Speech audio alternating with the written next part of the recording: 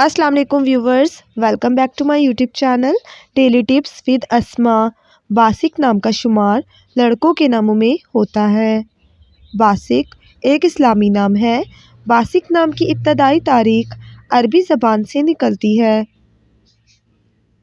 बासिक नाम के लड़कों के लिए खुशकिस्मत नंबर 3 माना जाता है। बासिक नाम का मतलब है साफ और शफाफ। खुशकिस्मत दिनों में जुम्मा और बुध का दिन शामिल है।